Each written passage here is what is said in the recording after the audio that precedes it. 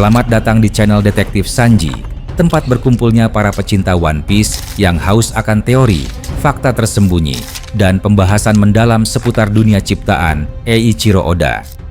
Di sini, kami tidak hanya mengikuti alur cerita, tapi juga menganalisis setiap petunjuk, menghubungkan fakta-fakta kecil yang sering terlewat, dan mencoba memecahkan misteri besar seperti siapa Joy Boy sebenarnya, apa tujuan sejati pemerintah dunia, hingga sejarah abad kekosongan yang selama ini ditutupi.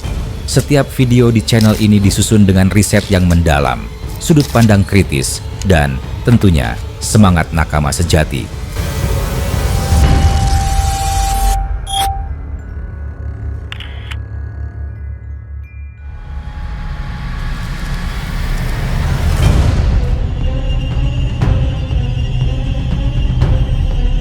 Di balik kedamaian semu yang selama ini menyelimuti dunia matahari Elbaf, sebuah badai gelap mulai berputar, mengumpulkan kekuatan dari kedalaman sejarah dan rahasia yang telah lama dikubur. Negeri para raksasa yang dulu dikenal sebagai simbol kekuatan, kehormatan, dan kebanggaan, kini menghadapi ancaman yang tak pernah terbayangkan. Ancaman itu bukan datang dari luar, bukan pula dari musuh klasik seperti bajak laut atau angkatan laut. Bahaya yang paling mematikan justru datang dari dalam, dari perubahan jahat yang menjangkiti prajurit-prajurit raksasa Elbaf dan mengubah mereka menjadi iblis yang tunduk pada kehendak mutlak satu sosok, Imu Sama. Desas-desus mulai menyebar dengan cepat di antara para pejuang Elbaf. Di setiap desa, di setiap hutan purba, dan di antara batu-batu pemujaan leluhur, terdengar bisikan-bisikan tentang raksasa-raksasa yang tak lagi mengenal teman atau keluarga, yang berubah menjadi makhluk mengerikan penuh amarah dan haus darah. Tidak sedikit yang percaya bahwa ini adalah bentuk kutukan kuno, dibangkitkan kembali oleh kekuatan yang hanya bisa dimiliki oleh mereka yang berdiri di puncak rantai kekuasaan dunia. Jumlah pasukan iblis terus bertambah. Dalam waktu singkat, barisan prajurit yang selama ini melindungi tanah leluhur mulai terpecah, terinfeksi oleh kehadiran mereka yang sudah jatuh ke dalam kegelapan. Berdiri di tengah dua raksasa iblis saja sudah cukup untuk memicu perubahan. Inilah pola terkutuk yang ditemukan oleh Ripley, seorang analis medan perang Elbaf yang menyadari bahwa fenomena ini tidak acak. Ia teringat pada peristiwa dalam chapter 1150, ketika dua tokoh legendaris, Dory dan Brogy, menjadi korban pertama dari teknik terlarang bernama demi-reversi, yang diyakini merupakan teknik manipulasi eksistensi melalui resonansi kekuatan spiritual dan dominasi kegelapan. Ripley menyaksikan dengan mata kepala sendiri bagaimana para prajurit yang berdiri di antara dua raksasa iblis ikut berubah tanpa bisa melawan. Sebuah transmutasi yang hampir tidak bisa dihentikan. Ini bukan hanya strategi, ini adalah senjata biologis, senjata spiritual, dan senjata psikologis dalam satu paket yang sangat mematikan. Sebuah skenario kehancuran yang tidak pernah diajarkan dalam pelatihan perang manapun. Situasi semakin kacau ketika di tengah pengamatannya, Ripley hampir terbunuh oleh serangan diam-diam dari makhluk mengerikan berwujud serigala dengan tubuh kabut hitam yang disebut mimpi buruk. Makhluk itu tampaknya adalah manifestasi dari penderitaan dan kebencian para raksasa yang telah jatuh ke dalam jurang iblis. Untungnya, seorang pejuang wanita dari klan utara berhasil menyelamatkannya. Dengan sorot mata yang menyala oleh kemarahan dan keyakinan, Ripley berseru bahwa Elbaf tidak akan tumbang. Negeri ini adalah tanah legenda yang telah ada sejak zaman dahulu kala, bahkan sebelum pemerintah dunia berdiri. Negeri ini lahir dari darah para raksasa pertama dan akan bertahan meskipun badai datang. Namun, realitas berkata lain. Kekacauan merambat dengan cepat ke berbagai desa terpencil. Desa-desa di bawah langit matahari Elbaf yang selama ini hidup damai dalam bayang-bayang pepohonan raksasa dan gunung purba, kini mulai bergerak. Pasukan dari seluruh penjuru Elbaf menuju Akademi Walrus tempat pelatihan militer, dan pusat strategi pertahanan. Tetapi, wilayah Elbaf terlalu luas dan tidak semua desa bisa mengirim bala bantuan tepat waktu. Sebagian desa masih dalam perjalanan, tertahan oleh medan berat dan rintangan iblis yang telah menyebar. Rasa takut menjalar di antara rakyat. Ada yang menangis dalam kebingungan, ada yang mengangkat senjata walau belum pernah bertarung, dan ada pula yang membungkam suara batin mereka, memaksa diri untuk tetap tenang. Di sisi lain dunia, jauh dari medan tempur Elbaf, Mariajoa, pusat pemerintahan dunia, berada dalam kekacauan yang tidak kalah hebat. Pasukan revolusi yang dipimpin oleh para tokoh besar mulai menyerbu pusat kekuasaan yang selama ini tak tersentuh. Pertempuran sengit pecah di pelataran dan halaman-halaman Kastil Pangea. Para Tenryubito yang selama ini hidup dalam kemewahan dan kesombongan, kini harus bersembunyi, berlarian menuju jalur-jalur rahasia, dilindungi oleh barisan agen CP0 dan beberapa kesatria suci. Ketegangan di dalam kastil pun memuncak. Sebagian besar Tenryubito panik. Mereka tidak pernah menyangka bahwa hari di mana Mariajoa akan diserbu benar-benar datang. Namun, di tengah kepanikan itu, satu keluarga besar berdiri tenang, keluarga Vigarland. Mereka tidak terguncang karena percaya penuh pada dua tokoh legendaris yang menjadi pelindung mereka, Garling Vigarland dan Shamrock. Garling, mantan dewa suci yang kini dikenal sebagai pedang pemutus kehendak, dan Shamrock, sang pemilik pedang yang bisa berubah menjadi Cerberus, anjing iblis berkepala 3.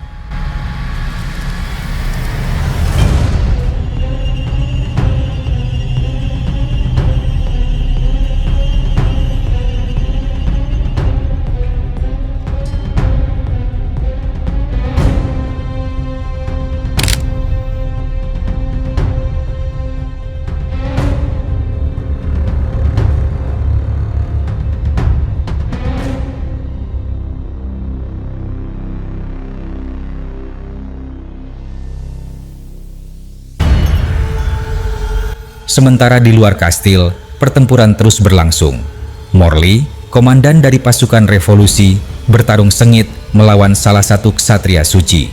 Meski sempat terdesak, Morley mulai menggunakan kreativitas dan fleksibilitas dari kekuatan buah iblisnya dengan luar biasa.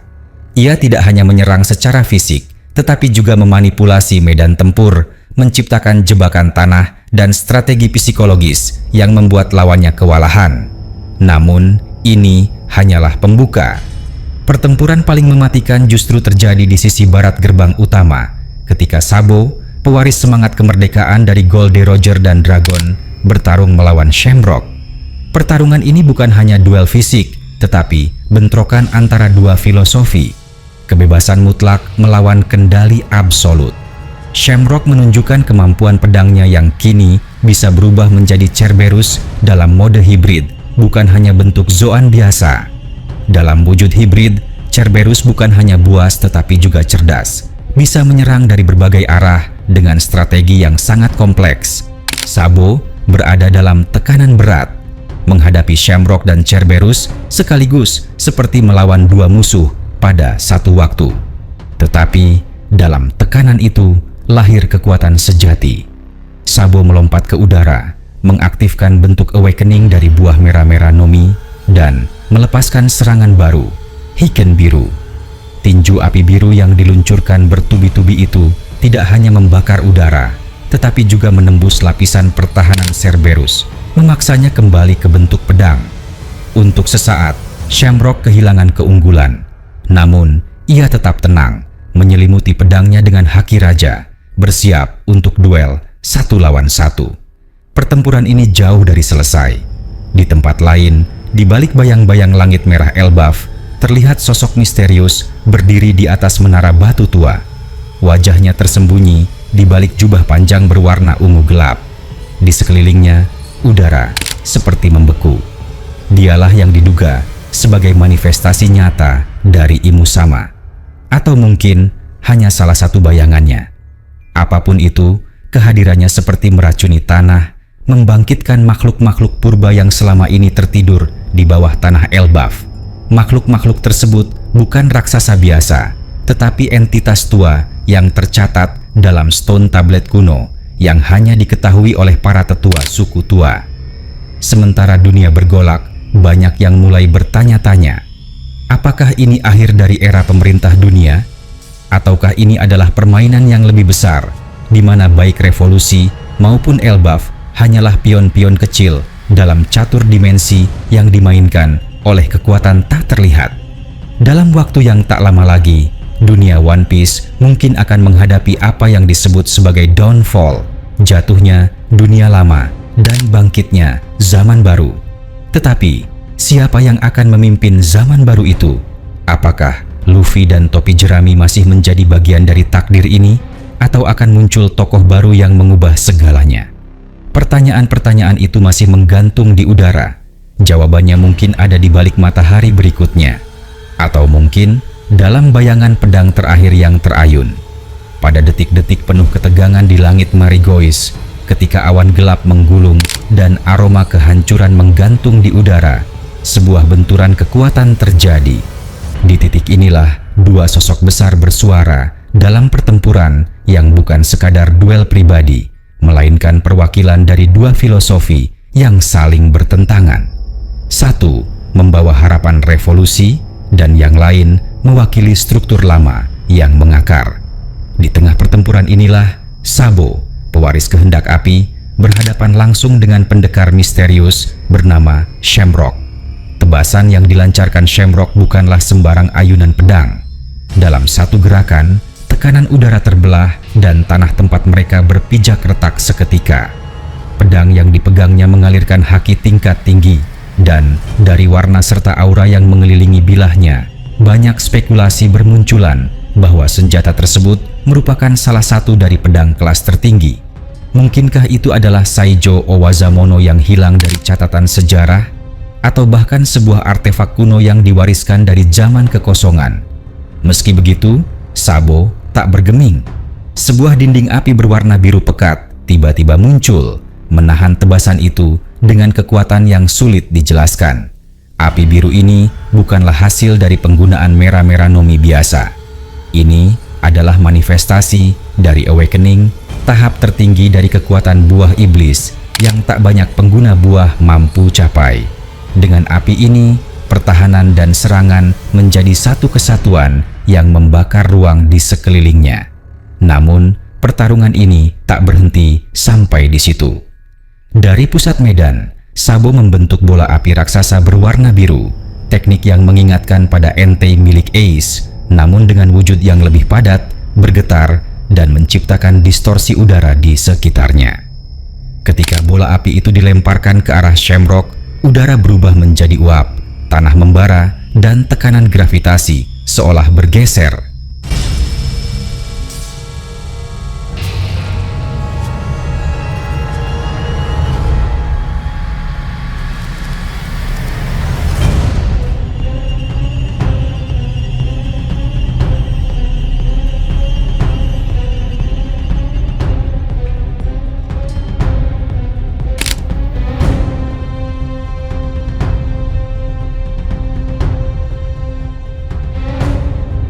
Dalam sekejap, Shamrock yang melihat masa depan dengan Kenbun Shoku Haki tingkat lanjut, menyadari bahwa pertahanan apapun takkan cukup.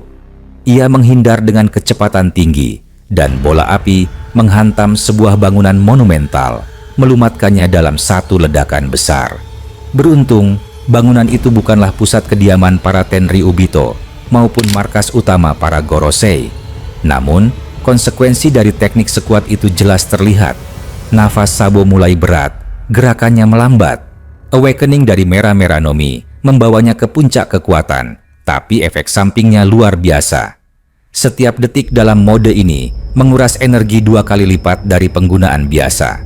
Batas stamina mulai menipis. Di dalam hati, berbagai rencana dan teknik baru sempat ingin diwujudkan, namun tubuh tidak mampu lagi mengimbanginya. Di tengah segala kekacauan, Dragon yang tengah bertempur melawan Garling Vigarland sempat melirik ke arah Sabo. Dalam pikirannya yang tajam, terbersit rasa bangga dan kecemasan. Bagaimana mungkin seseorang yang baru beberapa bulan menyatu dengan buah iblis bisa mencapai awakening? Ini melawan semua hukum logika dalam sejarah buah iblis. Biasanya dibutuhkan bertahun-tahun pelatihan, tekanan, dan kehendak kuat untuk mencapainya. Namun Sabo berhasil melakukannya dalam waktu yang begitu singkat. Dragon memikirkan kembali keputusan yang diambil. Mengangkat Sabo sebagai orang nomor 2 di pasukan revolusi ternyata bukan semata karena kedekatan pribadi. Potensi luar biasa itu, bakat alami, dan tekad yang membara menjadikannya satu-satunya kandidat terbaik untuk memimpin pasukan revolusi ketika saatnya tiba. Namun tetap, tubuh Sabo belum sepenuhnya sinkron dengan kekuatan merah-merah yang mengalir dalam dirinya. Kapasitas energi belum terlatih untuk menanggung beban kekuatan sebesar itu. Andai waktu bisa dimundurkan, 1 tahun pelatihan tambahan akan sangat berharga. Tapi, perang tak bisa menunggu. Penyerangan ke Marigois adalah hasil perencanaan panjang. Menundanya hanya demi 1 orang, meski penting, akan berarti mengorbankan momentum strategis. Maka, Sabo menolak keras penundaan itu. Keteguhan hatinya melampaui logika. Biarlah tubuh remuk dan tenaga terkuras, tapi revolusi tak boleh berhenti hanya karena 1 faktor belum siap. Sementara itu, di tempat lain yang tak kalah kacau, di Pulau Hachinosu, pertempuran 3 pihak antara bajak laut Akagami, bajak laut Blackbeard, dan angkatan laut mencapai puncaknya. Salah satu sorotan utama adalah pertarungan antara Yasop dan Van Augur, 2 penembak jitu dari 2 dunia yang berbeda. Van Augur dengan wapu-wapu Nomi miliknya memiliki kemampuan teleportasi instan, kemampuan yang membuatnya hampir mustahil ditangkap. Namun, Yasop adalah legenda. Dengan Kenbunshoku Haki tingkat dewa, ia tak hanya bisa membaca pergerakan lawan, tapi juga niat di balik setiap gerakan. Bahkan, sebelum Van Augur menghilang, Yasop sudah tahu kemana ia akan muncul berikutnya. Ini bukan hanya duel kecepatan, tapi juga duel persepsi dan waktu. Setelah dipojokkan, Van Augur terpaksa mundur dan mencari tempat aman di pulau itu untuk memulihkan energi. Tapi Yasop dengan Kenbunshoku Hakinya yang menjangkau seluruh pulau seperti sonar tak kasat mata, mampu menemukan lokasi persembunyiannya. Tanpa ragu, Yasop melangkah menuju titik itu. Van Augur menyadari bahwa keunggulan teleportasi tidak cukup melawan seseorang yang bisa membaca kemungkinan di masa depan. Di sisi lain medan, pertarungan antara Lakiru dan Vasco Shot semakin memanas. Lakiru hampir menghabisi Vasco ketika tiba-tiba serangan tak terlihat muncul. Shiryu, pengguna teknik siluman, menyergap dari balik ketiadaan. Namun hal itu tak cukup mengejutkan. Dengan Kenbunshoku Haki yang luar biasa, Lakiru bisa merasakan kehadiran Shiryu dan menghindar dari serangan tersebut. Shiryu pun terpaksa keluar dari mode tak terlihat. Melihat taktiknya gagal, ia beralih ke teknik pedang. Dengan Busoshoku Haki yang pekat menyelimuti bilah pedangnya, ia bersiap melancarkan serangan balasan. Namun, sebelum sempat bergerak, Lakiru menodongkan senjatanya. Tapi, konsentrasinya terganggu oleh serangan api mendadak dari Vasco Shot. Walau serangan itu tidak mengenai secara langsung, fokus Lakiru terpecah. Kesempatan itu digunakan Shiryu untuk maju dan menyerang. Serangan itu hampir berhasil, meskipun Lakiru masih mampu menghindar sebagian. Shiryu terkejut. Tubuh besar seperti Lakiru seharusnya lambat, namun kecepatannya melampaui logika. Ini menambah daftar panjang keanehan bajak laut Akagami yang tampaknya menyembunyikan kekuatan di luar ekspektasi. Lakiru lalu membalas dengan tembakan beruntun. Shiryu menebas beberapa peluru dan menghindari sisanya. Pertarungan ini memperlihatkan satu hal. Kedua pihak saling mengenali bahwa musuh di hadapan mereka bukan sekadar lawan, melainkan dinding besar yang menandai akhir dari era kekuatan biasa.